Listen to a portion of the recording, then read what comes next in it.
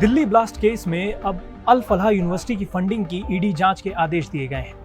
Reports के मुताबिक सरकार ने अल फलाह यूनिवर्सिटी के खातों का फॉरेंसिक ऑडिट कराने को भी कहा है। बता दें कि यूनिवर्सिटी दिल्ली विस्फोट मामले के बाद जांच के घेरे में भी आ गई है। इस हमले से जुड़े डॉक्टर्स इसी यूनिवर्सिटी में पढ़ाते थे। एनडीटीवी को मिली जानकारी के मुताबिक आर्थिक अपराध शाखा को अल फलाह विश्वविद्यालय के कामकाज पर भी गौर करने को कहा गया है। बता दें कि दिल्ली धमाके की जांच एनआईए पहले से ही कर रही है। अब ईडी और ईओडब्ल्यू भी जांच में शामिल हो गए हैं। देखिए, ये अल फलाह यूनिवर्सिटी का जो मेडिकल कॉलेज है उसकी इमारत है।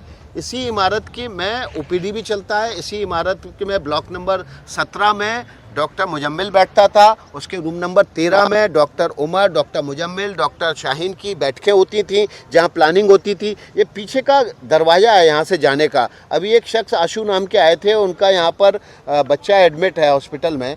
लेकिन देखिए, हमें देखते ही यहाँ पर बेर के झाड़ को गिराकर इस रास्ते को ब्लॉक कर दिया गया है ताकि हम अंदर नहीं आ जा पाएँ।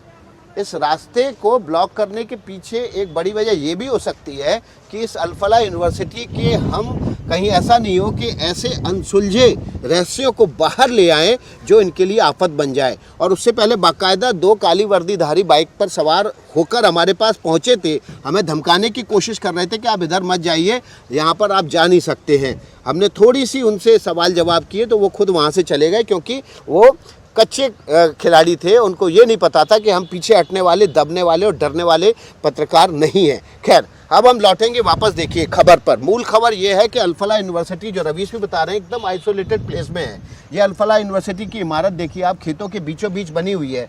धौज, जो कि मुस्लिम बहुल एक इलाका है, उसके आसपास बनी है। मुख्य सड़क से 14 से 15 किलोमीटर भीतर की तरफ है।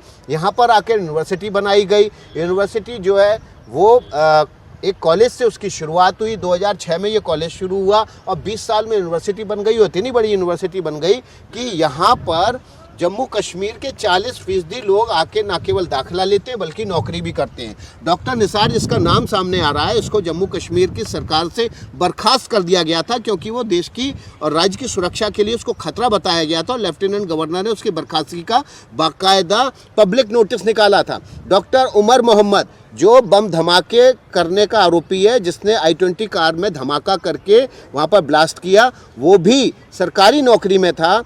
और उससे एक लापरवाही के तहत एक मरीज की मौत हो गई थी और उसको भी बर्खास्त करने के लिए उसके सुपरिटेंडेंट ने लिखा था। इसके बाद उसको भी यहाँ पर नौकरी दी गई। ऐसे लोगों को नौकरी दी जाती थी जो कहीं ना कहीं, जिनका बैकग्राउंड जो है, जिनका इतिहास जो है वो काला होता था। इसके अलावा NACC यानी नेशनल असेसमेंट एंड एक्रीडेशनल काउंसिल ने अल फलाह यूनिवर्सिटी को अपनी वेबसाइट पर गलत मान्यता दिखाने के लिए कारण बताओ नोटिस भी जारी किया है। इस नोटिस में NACC ने कहा है कि अल फलाह विश्वविद्यालय जो ना मान्यता प्राप्त है और ना ही उसने NACC द्वारा मान्यता के लिए आवेदन किया है, उसने अपनी वेबसाइट पर सार्वजनिक रूप से प्रदर्शित किया है कि अल फलाह विश्वविद्यालय अल फलाह चैरिटेबल ट्रस्ट का एक प्रयास है जो परिसर में 3 कॉलेज चला रहा है। Al Falah School of Engineering and Technology 1997 से NACC द्वारा grade A, Brown Hill College of Engineering and Technology 2008 से और Al Falah School of Education and Training 2006 से NACC द्वारा ग्रेड A है। इस कारण बताओ नोटिस में कहा गया है, अल फलाह विश्वविद्यालय का यह दावा पूरी तरह से गलत है और अभिभावक छात्रों को गुमराह कर रहा है।